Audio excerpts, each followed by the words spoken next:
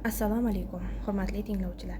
Sizlarga 5-sinf uchun mo'ljallangan dasturlashni boshlash, Scratch dasturlash muhiti haqida tushuncha bermoqchiman.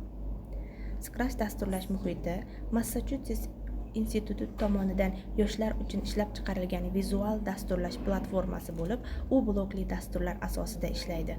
Bu muhit o'quvchilarga murakkab kod yozmasdan vizual bloklar yordamida dasturlar tuzish, interaktiv o'yinlar, animatsiyalar va hikoyalar yaratish imkonini beradi.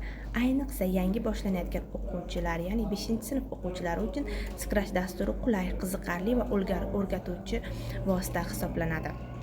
Mavzuyimning dolzarbligi zamonaviy ta'lim jarayonida o'quvchilarning mantiqiy fikrlashi, ijodiy yondashuvi va texnologik savodxonligini rivojlantirish muhim ahamiyat kasb etmoqda. 5-sinfda dasturlash asoslarini o'rganish orqali bolalarga algoritmik fikrlash, ketma-ketlikni tushunish va muammoga yechim topish kabi ko'nikmalari shakllanadi. Scratch dasturlash muhiti esa blokli dasturlash orqali o'quvchilarga qulay va oson tushunarli interfeys orqali dasturga kirish imkonini beradi. Bu esa ularning kelgusida chuqurroq texnologik bilimlarni egallashiga zamin yaratadi. Darsning maqsadi o'quvchilarga Scratch dasturlash muhitining asosiy elementlari bilan tanishtirish, unda sodda dastur tuzish orqali dasturlashga bo'lgan qiziqishini oshirish hamda algoritmik fikrlash ko'nikmalarini shakllantirishdan iborat. Darsning vazifalari: o'quvchilarni Scratch interfeysi va bloklar paneli bilan tushuntirish, Scratch dasturlash harakat bloklari, buyruqlar va ssenariylar yaratishni o'rganish, Scratchda oddiy animatsion harakat yoki ssenariy tuzishga yo'naltirish, o'quvchilarda mantiqiy fikrlash va ijodiy yondashuvni rivojlantirish, jamoada ishlash, o'z fikrini ifodalash va loyiha ustida ishlash ko'nikmalarini shakllantirishdan iborat. Scratch dasturlash muhitiga kirganimizda bizda quyidagicha interfeys elementlari ko'rinadi: sahna, sprite, bloklar paneli, skriptlar maydoni.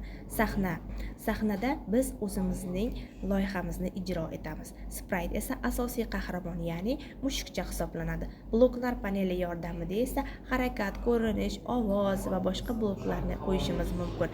Skriptlar maydoni esa dastur kodi yoziladigan joy hisoblanadi. Scratch dasturida asosiy bloklardan biri harakatlar bloki hisoblanadi. U spraytimizning harakatlarini, ya'ni koordinatalarini aniq joyga yuborish uchun ishlatiladi. Bu bloklar orqali foydalanuvchi spraytga aniq vazifa yuklaydi. Scratchda oddiy dasturni yaratish quyidagicha amalga oshiriladi. Deylik, mushukchani harakatlantirish dasturi. Buning uchun dasturlash uchun boshlash buyrug'i tanlanadi va 10 marta takrorlanish buyrug'i tanlanadi. 10 qadam oldinga yurish va har safar 15 gradusga burilish bloklari tanlanadi. Natijada mushuk aylana bo'ylab harakatlanadi. O'quvchilar o'zlari kreativ ravishda fon, sprite ovoz qo'shib kengaytirishlari mumkin. Spriteimiz qahramonimizni ko'rinishini ham o'zgartirishimiz mumkin. Biz ko'rinish maydoni orqali Scratch'imizning liboslarini o'zgartirishimiz yoki unga qo'shimchalar kiritishimiz mumkin. Scratch dasturlash muhiti quyidagi interfeysga ega. 9 ta bloklar sahnamizning chap tarafida joylashgan bo'ladi va u joyda kod yozish uchun, ko'rinish uchun va ovoz yozish uchun bo'limlar hisoblanadi.